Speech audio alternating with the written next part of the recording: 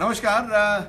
हमारे साथ देश के सबसे पावरफुल व्यक्ति है, नहीं नरेंद्र मोदी जी नहीं है हमारे साथ है मुकेश अंबानी जी। जब मैंने कहा कि सबसे पावरफुल या ताकतवर व्यक्ति हमारे साथ है, किस तरह से आप देखते हैं? आप मानते हैं? नहीं, मैं ये नहीं मानता हूँ। मैं आपको सीरियसली लेता नहीं। अरे ये क्या बात है? ये तो फिर मैं आपसे पूछूंगा कि आपको प्रेरणा किससे मिलती है? जब आप सुबह उठते हैं इतने सालों बाद, आपको एनर्जी कहां से मिलती है? एक नए प्रोजेक्ट, आपने अब बड़ा प्रोजेक्ट शुरू किया, एनर्जी कहां से मिलती है? मुझे जो, अगर आप देखें तो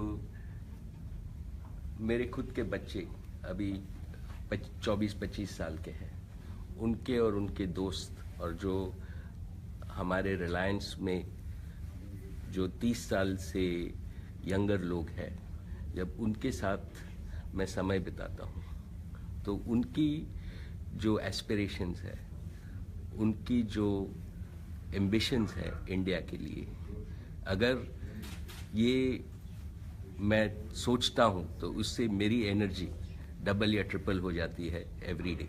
अगर आप 25 साल के अब होते मुकेश भाई, क्या करते आप?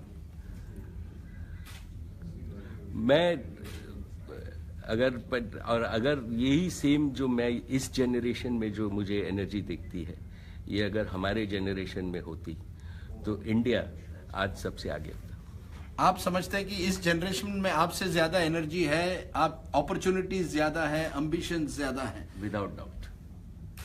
ये बताइए, क्या आपने कभी सोचा कि मैं पब्लिक लाइफ में चला जाऊं, नेता बन जाऊं? कई देशों में इंडस्ट्रियलिस्ट जो हैं नेता बन जाते हैं। नहीं, मैंने ये जरूर से सोचा है कि ये पब्लिक लाइफ में और पॉलिटिक्स नहीं है मेरे लिए, बट एजुकेशन, राइट, जो मेरे दिल के करीब है वो है एजुकेशन।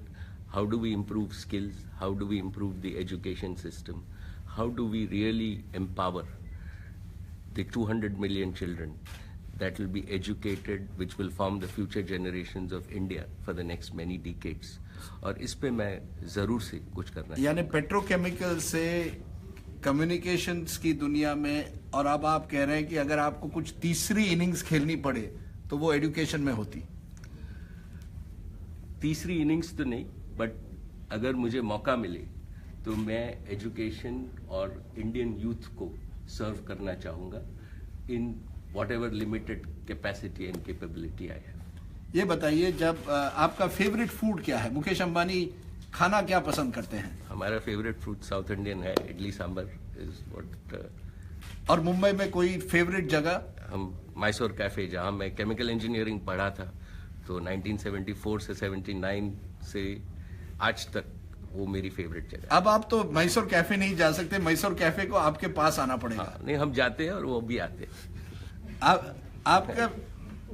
आप रिलैक्स किस तरह से करते हैं? इतने टेंस जिंदगी में रिलैक्स कैसे करते हैं? मैं बहुत पढ़ता हूँ, मैं अपने दोस्तों के साथ समय बिताता हूँ, और आजकल तो बहुत देखता भी हूँ, बिकॉज आजकल जो डिजिटल का ज़माना है, सब कुछ विजुअल हो गया है, तो इससे मुझे दुनिया में भी क्या हो रहा है ये भी पता लगता है, बियॉन्ड एंटरटेनमेंट। यानी आप जियो पर देखते हैं या किसी और? आजकल तो जियो पे ही देखता हूँ, क्योंकि उस पे बेस्ट दिखता है। I see, that's a good plug line for Jio. लेकिन मैं आपसे ये भी पूछूंगा कि क्या मुकेश अंबानी सोचते हैं कि दिस जनरेशन जिसके बारे, अगर आप उनको कोई मैसेज देना चाहें, यंगस्टर 25 ईयर्स ओल्ड करना चाहता है कुछ, क्या कहेंगे आप उनको? आई थिंक दैट ये अगले 20 साल इंडिया के हैं, और आप सब इंडिया को अपनी राइटफुल प्लेस दुनिया में ले सकते हैं, और आपकी प्रगति के साथ इंडिया की उन्नति भी होएगी, और ये मौका once in a lifetime of a country है।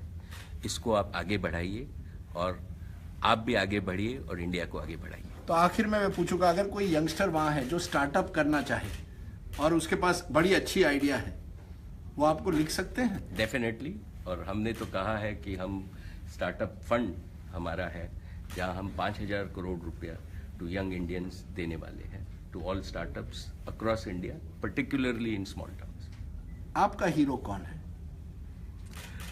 मेरा रोल मॉडल हीरो? जो हमारे पिताजी है, जिससे उनके हिज इन्फ्लुएंस ऑन मी, जो धीरूभाई अंबानी ने शुरू किया, और उन्होंने ये शुरू किया कि भाई वो आए थे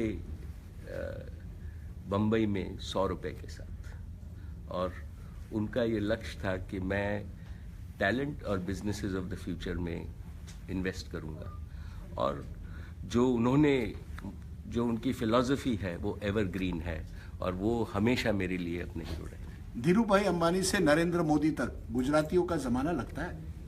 तो आप पे है। मुकेश अंबानी जी, आपने हमसे बात की, बहुत बहुत शुक्रिया।